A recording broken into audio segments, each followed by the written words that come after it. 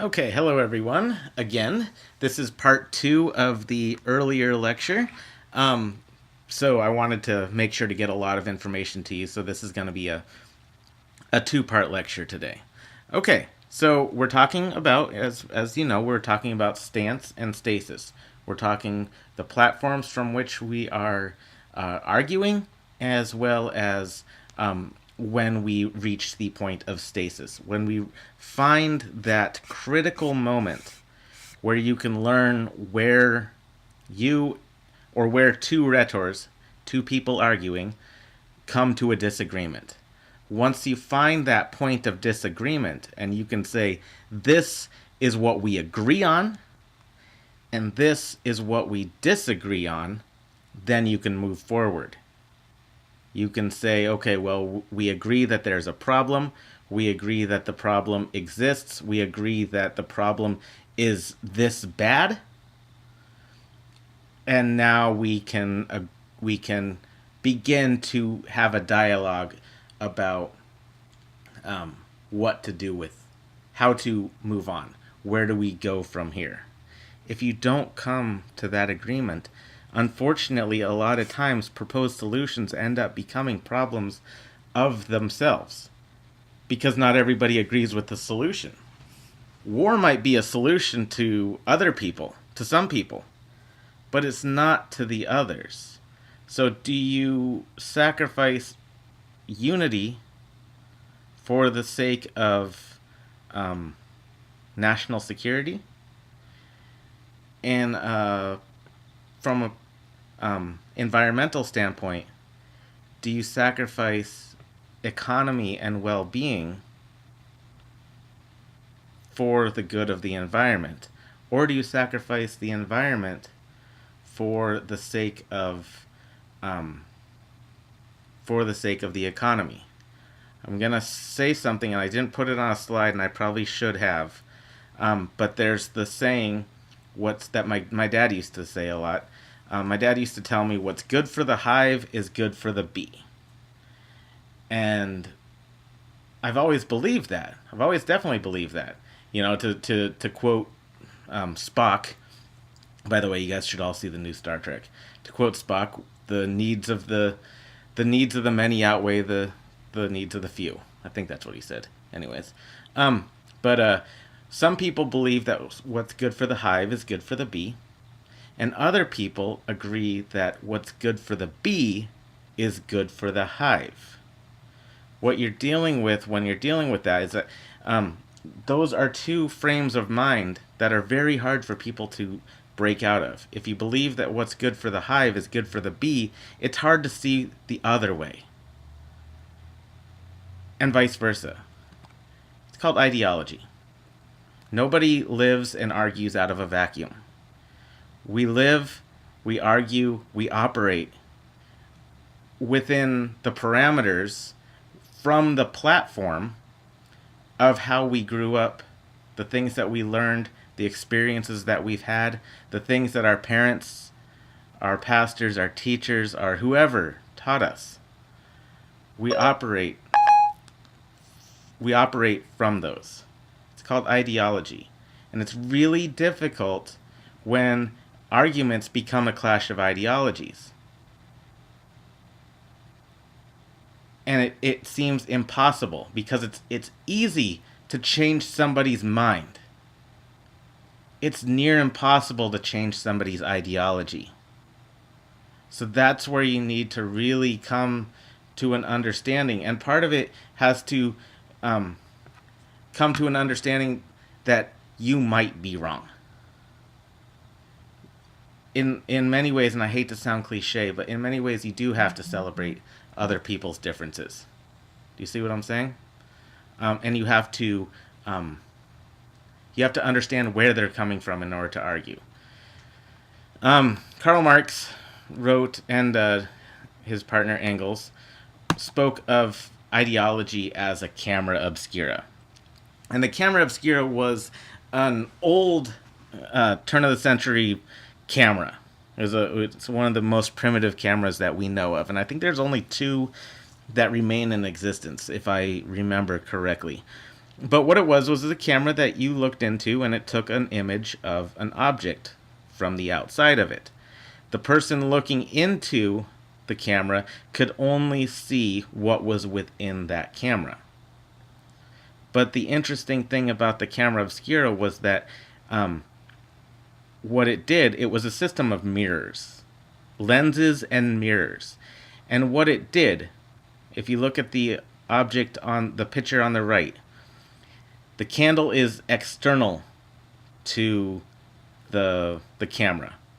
And I want you to think of the camera as though it is the mind and attitude of the speaker. Okay?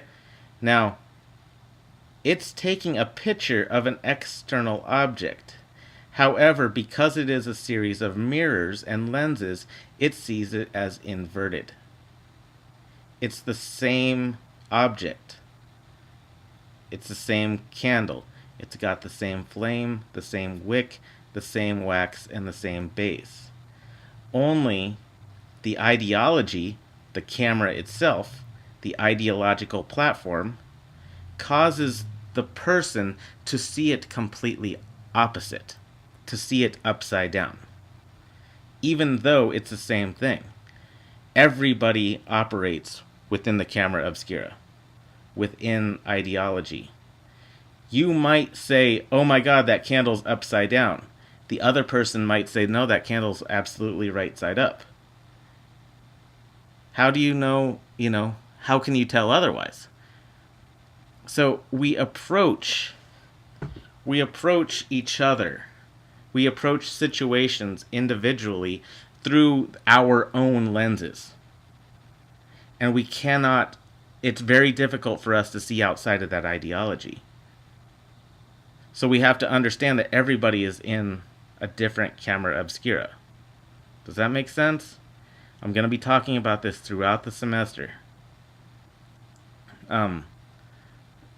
You have to understand that everybody sees things differently based upon the things that they've gone through. It's been said that you cannot fully empathize with somebody. You can't say, oh, I know how you're feeling. Because you can't really. Because everybody approaches a situation differently. You might come up to somebody and say, somebody who is sick, who has a cold. And you say, oh, I know how you feel. Well, can you really? Can you really say you know how they feel? You've had a cold before, but everybody approaches them differently. I'll tell you, men and women, I'm stereotyping here, but men and women deal with colds a lot differently. We men like to whine. When we get a cold, it knocks us over. A lot of women I've known, I can go right through it. It's called the man cold.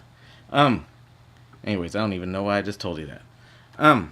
Anyways, so that's ideology, the camera obscura. Everybody sees things from a different platform, from a different lens. Okay? I'm going to be talking about this all semester, so if you didn't understand that right away, hold on.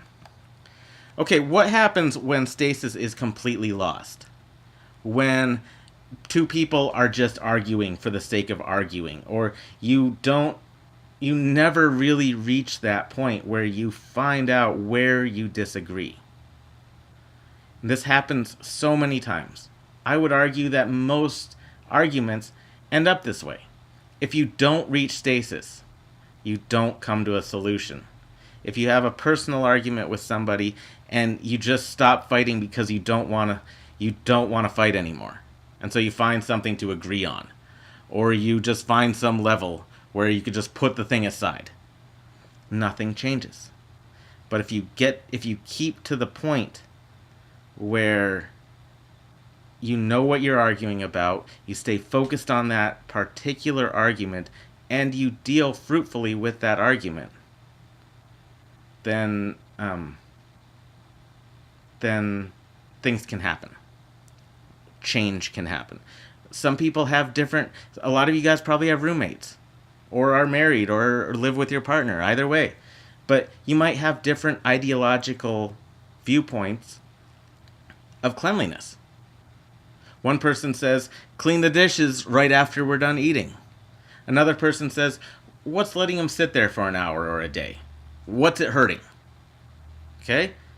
But then if you deal with it there, it's okay. But if you continue the argument and you just fight back and forth about other things and compound it, then you lose stasis. All right. So say you leave the dishes in a dishwasher.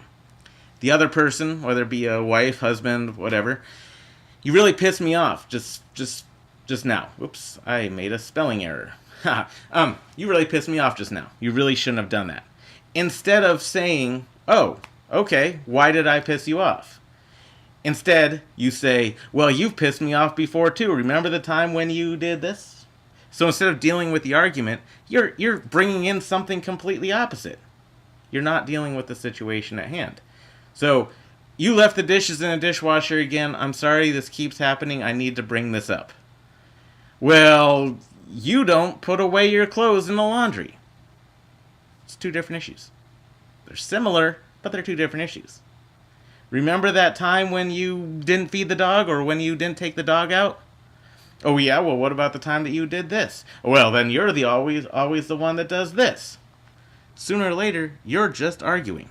You're just saying random things just to one-up the other person. One-upping is not an argument. One-upping is wrestling. At this point, stasis becomes almost impossible. You're not even thinking about the dishes anymore, because you've brought in so many other things. Rather than attacking the issue of the dishes, you're attacking the person's character. It becomes a battle, ideology, opinions, and attitudes. Suddenly you're bringing in your family. And this is a big one if you're in a relationship. You know, oh, well, I don't like your family. They don't like you either. You're a bad blah, blah, blah, blah, blah. Soon you're just bickering. So, one way to, if you're in an argument, in an interpersonal argument, one thing that people don't do, and one way to really achieve stasis right away, is to listen. Is to make sure, and I'm sounding really cliche and cheesy right now, but it's really important to find a way to get somebody to know that you're listening. Simple word, simple statement. Well, this is what happens. This is a loss of stasis, by the way. It's just you're arguing about everything.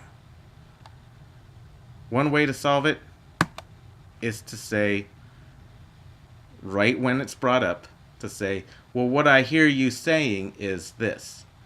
You left the dishes in the dishwasher again.